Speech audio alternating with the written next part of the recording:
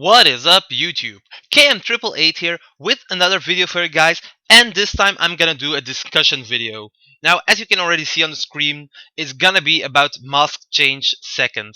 Now, Mask Change Second is a new card that's gonna come out into the new hero structure deck that's coming out in Japan right now. Um, We'll probably get it later, at least I hope, because the card that I'm gonna talk about is really damn awesome, and well, that's the reason why I want to talk about it. So yeah, first of all, Must Change Second is basically just Must Change with a quick play, but with a better effect. So most of you guys will probably know Must Change already. Tribute a hero and special summon a Masked hero with the same attribute.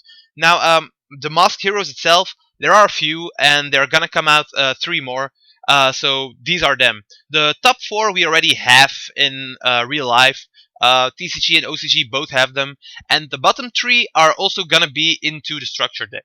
Now that's really important because for each attribute there now is a Masked hero, and that's pretty damn awesome. First of all, to understand why I make the video, we have to look at Must Change Second. Now, the effect itself is pretty damn awesome. First of all, we have to remember it's a quick play spell card, so we can use it at any phase, so it's really awesome. And we can also respond to things, so yeah. The effect itself, discard a card and target one face-up monster you control that has a level. Send it to the graveyard, and if you do special summon one Masked hero monster from your extra deck with the same attribute as that monster but with a higher level. The special summon is treated as Mask Change and can only activate one Mask Change second per turn. Now, important things that we might have to note here. You don't have to target a face-up hero monster. You can just target any monster that you like. Uh, it can even be a hand card, a Gishki for all I care, an Evil Swarm monster. It doesn't specify, and that's really awesome. Just one face-up monster you control that has a level. So you can't pick Exceed monsters. That's pretty cool already. And then special summon one Masked hero from your extra deck that has the same attribute but with a higher level. That's also pretty cool because most of the Masked heroes have high levels, and because there is one for each attribute. I say one, at least one I have to say because water attribute has two different ones. That's actually pretty damn awesome because that means that every deck that there is can actually summon at least one of these. One thing we have to note, it has to be a higher level, so you have to take that in account when making the deck and if you want to use this. Now, that's actually pretty cool because that means that in any deck you want, you can summon the Masked heroes, and you just need to make sure that it's the same attribute. Now, let's take a look at those Masked heroes, because are they any good? Aren't they good at all? We have to see that. So, the first three I'm going to talk about are Acid, Darklaw, and Diane. Now, all the Masked heroes have the part of the effect that say that they can only be special summoned by Mask Change and can't be special summoned in any other way. Now, Mask Change Second also has that effect that they are treated as summoned with Mask Change, so that's not a problem at all. Acid. When it's special summoned, it destroys all spell and trap cards your opponent controls, and if you do, all monsters they control lose 300 attack.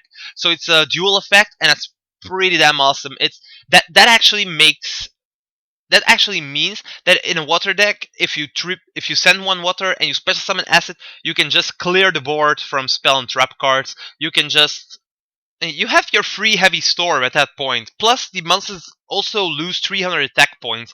That's also pretty cool because you can make a Leo 300 points weaker and have it have 2,900, so you can run it over with something that has 3,000. Just make things a little bit smaller, and that also can come in handy. But in general, Acid is a really great card. Then we have Darklaw. That's one of the new cards, and I have to admit, this is probably the best one that there is now for the Masked heroes. It's a dark attribute one, which means you can summon it in dark attribute decks. But you have to watch out because this is a level 6 one, so you can't use Malicious to summon this. For this effect, any card sent to the opponent's graveyard is banished instead. Free Macrocosmos! Who doesn't want that? Then once per turn, when your opponent adds a card from their main deck to their hand, except during the draw phase, banish one random card from your opponent's hand. That's amazing. Imagine, they use Pot of Duality. You chain, Must Change Second. You get to go, the chain resolves backwards, so you get to summon Darklaw first, And then Pot of Duality resolves, and they add a card to their hand. At that point, Dark Law will activate, and you get to pluck one card from their hand and banish it. That's just insane. You can just chain the Must Change second and summon Dark Law. That's really, really awesome. Of course, it only has 2,400 attack, but hey, that doesn't matter. You already plussed from it. Sure, you have to discard for the Must Change second, but I mean, it's totally worth it. You get a free Macrocosmos on the field for your opponent only, so not even for yourself. Plus, you can banish cards from their hand. So, yeah, I mean, that's a pretty cool effect. Then we go with Diane. When this card destroys an opponent's monster by battle, sends to the graveyard, special summon one level 4 or lower hero monster from your deck. Now, most of the time you won't be able to use this card at all in a non-hero deck, because first of all you need to play Earth attribute monsters, and then you need to play heroes. So, yeah, I think Wild Heart or Clayman, but not too are a combination of those, but not too great. Most of the time, you won't be playing this one unless you have a certain amount of hero monsters in your deck. So yeah. Then the next three, Goka, Kamikaze, and Kuoga. Now, Goka itself isn't that great either, just like Diane. This card gains 100 attack for each hero monster in your graveyard. I guess it could be great if you already have two other Gokas in your graveyard, because then this card becomes 2400, not even enough to go over Stardust Dragon. Um, not that Stardust Dragon is so meta anymore, but it's just the principle of not getting over 2500. That's pretty bad in this format, actually. Other than that, Goka is a level 6 fire monster. Um, you won't actually be able to use this thing at all in any fire deck. I mean, imagine you playing this in Fire Fist. What are you going to do? Tribute your bear for this? The bear is much more relevant, actually, so yeah. It I guess it could be great in Hazy Flames because it's another level 6, but then we have the problem that Hazy Flames are also level 6, so you can't send those to summon this. So yeah, Goka is probably not gonna see any play at all. Then we come to Kamikaze. So yeah, wind attribute monster. Can't be destroyed by battle. That's the first effect. That's already pretty cool. So yeah. Next to that, only one monster can attack during your opponent's battle phase. Also great. I mean, they can have 5 monsters. They can only attack with one, and this thing can't be destroyed in battle. So yeah, what's the problem? And then when this card destroys an opponent's monster by battle and sends it to the graveyard, draw a card. Just that part is what makes this card really good. You stun the opponent a bit, plus you can draw cards. That's pretty amazing. It's also a level 8, so you can summon it by sending a level 7 or so to the graveyard. We'll come to that later on. Then we arrive at Quoga. Now let's look at the effect. It's a light attribute level 8 monster with 2500 attack. And this card gains 800 attack more for each monster your opponent controls. Wow. That's just wow. You gotta look at it this way. You summon it at a moment that your opponent, let's say, has 4 or 5 monsters.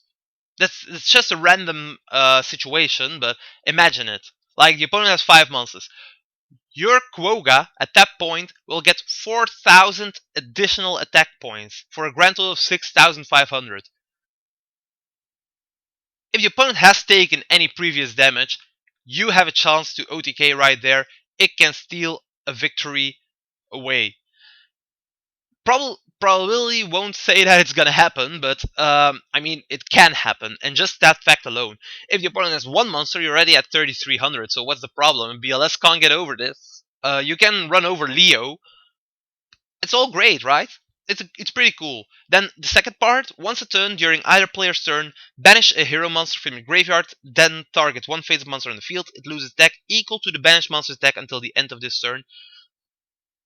You guys are all probably thinking, also hero relevant, you have to play heroes for that. Not true at all. I mean, you can just run 3 must change seconds and have multiple Kogas in your graveyard. If you banish one, your opponent loses 2500 attack for one of their monsters, so... And you'll be at 33, so yeah. Pretty big difference, I'd say. But in most in most cases, I think this card is a pretty good beater. So yeah, it can be used really well. And then we already have had 6 of the Mass Heroes. There's one left, Vapor. A little bit of an outcast, I think, because we already have one for each attribute, and this one is the second one for the Water attribute. So let's look at its effect. This card cannot be destroyed by card effects. The best thing that this thing has then is that it can't be destroyed by Fire Hand and by Artifact Morale Talk. But that's about it. So um, it can be a good card, but when you're playing a Water attribute deck and you have to make a choice between Vapor and Mass Hero Acid, I think the choice is really well made, and Acid will be put in the deck just because entire back row sweep. You also have to look at it this way. I'm gonna look at the good ones and then I'm gonna tell it. These are the 4 good ones that I think are among these masked heroes: Acid, Darklaw, Kamikaze, and what's the thing? Kwogu. Now you have to look at it this way. You can set the mask change second, and in your opponent's end phase, when they have set a lot of back row, you can just mask change second, summon that asset, blow up the field. Your opponent has no time at all to respond because they just set all their back row, and that's that's just wrong. Actually, I mean that's really broken, and it can be used really well for OTKs. So yeah, Mass Hero Acid is probably going to be used over Vapor in Water decks. And then Dark decks have a good thing with Dark Claw. Winds have a good thing with the Kamikaze, and then there's Light that can definitely use Quoga. But it ain't necessary. It's probably the least out of this 4, but it's still really good as a beater. Now, the question remains, of course, which decks are there in this meta that can actually use these things to the fullest? So yeah, um, Water and Dark probably have a good variety of things that can use it, as well as Light. But the Wind attribute has a little bit more troubles because not many decks actually use Wind attribute monsters. So yeah, let's look at it a bit. Now, at first for the Water attribute, of course I'm gonna come at Mermail. It's still one of the top decks in this meta game, and well, if you look at it, most of the mermaids, the maximum level they'll reach is level 7. So you can easily summon Masked Hero Acid with that. I already even got a good combo for it. Like if you summon Genx Ally Undyne, you send Dragoons to the graveyard and add the Genx controller to your hand. Dragoon searches another card that you need. You can pick any Sea Serpent that you like. Just add it to your hand. And then you go Mask Chain second, send that Undyne to the graveyard, special asset, blow up their back row, and then you can proceed to OTK. The card you discard with the Mask Change second is probably going to be the controller because it's pretty useless in your hand anyway, unless you're going to make a Leo. But because you search with the Dragoons and you still have all those other cards in your hand, you can easily try to OTK with a Megalo and stuff. So yeah, it's gonna be really dangerous in combination with Mermails. Then probably the second best deck that can use this is Frogs, Frog Monarchs. You have to look at it this way. The Mask Change second is a quick play card. So in your standby phase, special summon Reborn Frog, activate Mask Change second, send that Reborn Frog to the graveyard, summon Acid, blow up their back row, special Reborn Frog again.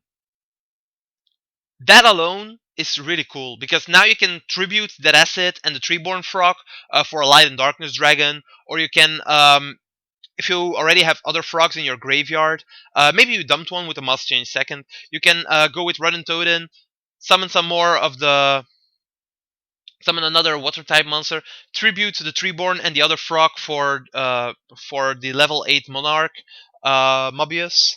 Then overlay for Felgrant in your second main phase or something. It's actually really potent. Also because this thing is a level 8 and the new Mega Monarchs are also level 8. So yeah, this can be really good. Also, Light and Darkness Dragon is a card. Just tribute both for Light and Darkness Dragon. If you happen to tribute 2 other ones, Lion Dark Dragon is also a level 8 monster, so you can overlay and just make it better. Other decks that can definitely use this are probably going to be Fish, Sharks, Gishki. Gishki's probably going to use that as well. because most of their things are low level except the ritual monsters. Um, and maybe if you tech in things like Ice Hand or something, then you can play that too. And dragons, dragon rulers, they have all the different attributes. So if you tribute a title, just summon that asset, blow up the field. If you happen to get a Tempest, tribute a Tempest, get a Kamikaze, stuff like that. So yeah. Let's go to darks. The best deck I actually found for this card is probably zombies, because you have to look at it. Dark Law is a macrocosmos only for the opponent, so it doesn't disturb yourself. Plus, on top of that, it's also a level 6. So let's look at some things that you can do. Uh, four of the important cards I've put on this screen: Goblin Zombie, Malicious, Plague, and Zombie Master. Now, if you look at it, if you send a Goblin Zombie to the graveyard with the Must Change second, you get a Surge. Plus, you get to summon Darklaw. Now you have a level 6. Plus, you get a Surge into your hand, probably gonna be the Zombie Master. You're gonna be able to ditch the Malicious or Plague into the graveyard, and games are gonna go fun from there on. If you dump a Malicious, you can use it to summon it and overlay with the Darklaw for an M7 or something. And if you get a Plague onto the field, you can synchro with the Darklaw for Beals of the Diabolical Dragons. So the combination of Goblin Zombie plus your Moss Change second is actually pretty potent to get Darklaw onto the field. And it's also pretty good because it helps to discard cards in your hand that you don't need, like Malicious and Plague. You can also discard them, and that's really, really good. Other dark decks can also really use this. Even Evil Swarms, if you don't have an Ophion on the field. Infernity, like, can you imagine Infernity having this on the field and then blocking you completely? That's just, not only is that annoying, that's just really, really powerful, because they can pluck things out of your hand then with the Dark Law, and wow, that's gonna be so great. Um, Other things like Chaos Dragons or something, anything that plays Chaos, just tribute a Dark, like a Tour Guide or something, get Dark Law onto the field, and just go on from there. Then let's go to wind attributes. The most potent wind deck that is there in the metagame is probably Harpies. It's only tier 2, I believe, but it's probably the most potent wind attributes deck that's out there. So the mass hero you're gonna summon for this is the Kamikaze, and it's really good that it can't be destroyed in battle. Plus, it also gives extra draws, because the thing with Harpies, if you're playing them, you're gonna run out of draws. You're gonna run out of cards. With Channeler, you just discard, summon things. You run out of cards pretty fast in the deck if you don't watch out. And Kamikaze solves that problem a little bit at least, and it's pretty fun actually.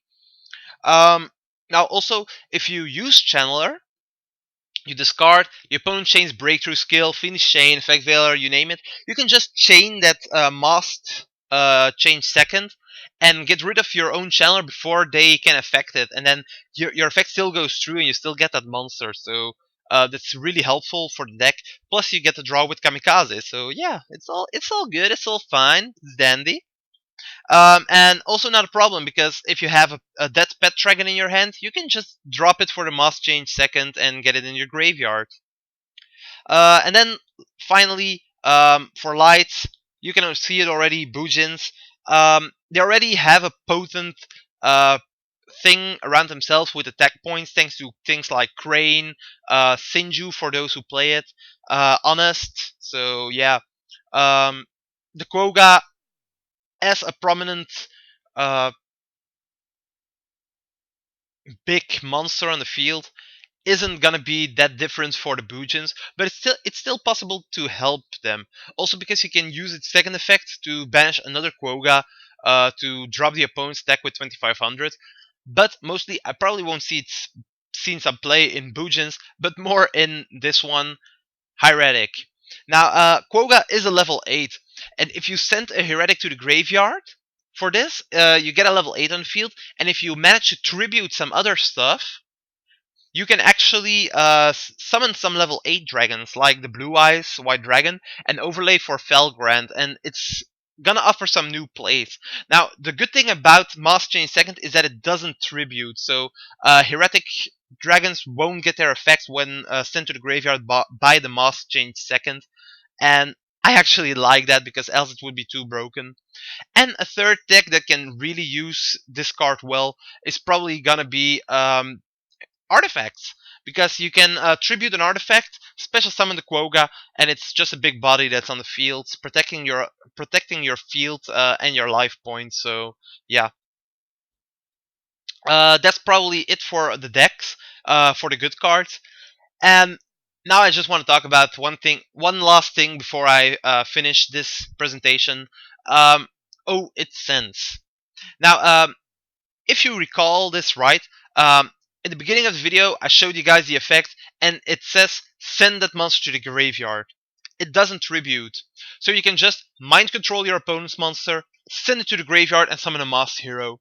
Now, that is something that's also pretty broken, because you can make a deck revolving around things that take your opponent's monster. You can go with Super Polymerization, you can go with the Mask Change Second, and Mind Control, and really that's pretty broken in itself. So I really think that Masked Heroes is gonna be a top tier deck, just because of the combinations that it can make. Also, it are all quick play spells, Super Poly, Mask Change Second, just name it. I mean, that's really broken. Now, one more time that I'll show you guys the cards. As I said, the most prominent ones are the Dark Law, Quokka, Kamikaze, and the Max Hero Asset. If you want to play the Max Hero Vapor instead of the Asset, or just play it alongside it, it's a viable possibility. I mean, it can't be destroyed by card effect, so it's actually a good card, but Acid is just better in my eyes. So yeah, you just have to see that for yourself, and I guess it's just a bit of preferences. For the conclusion, I'm definitely going to try it out in some of my decks. Are you going to play this card? I mean, it's a question that I'm thinking of when I look at you guys on some of my videos. Are you actually going to play the things that I do? And have I inspired you to play the card? I mean, I've given some tips and I've given some hints um, towards it, and now I'm just thinking like, what are you going to do with this? Are you going to play this card? What decks are you going to play it in? How many times are you going to play the card? Because discarding a card for it as a cost is actually pretty bad, but it can work in some aspects. So it are all just things that I want to know. So yeah, definitely comment that below as a response of this video. Like this video, put those thumbs up, press that button because that's really important. It helps the video to get noticed. It makes sure that other people can see this video and also answer, and that you can learn more. So yeah, and as a final thing, subscribe to my channel. If you want to see my other content, I have a lot already. I have about 60 or 70 videos by now, I think. So you can all just look around in on my channel. I mean, it's for good fun. So yeah. Um, one more time, like, comment, subscribe, and that's about it for this video. One more thing, KM888 out.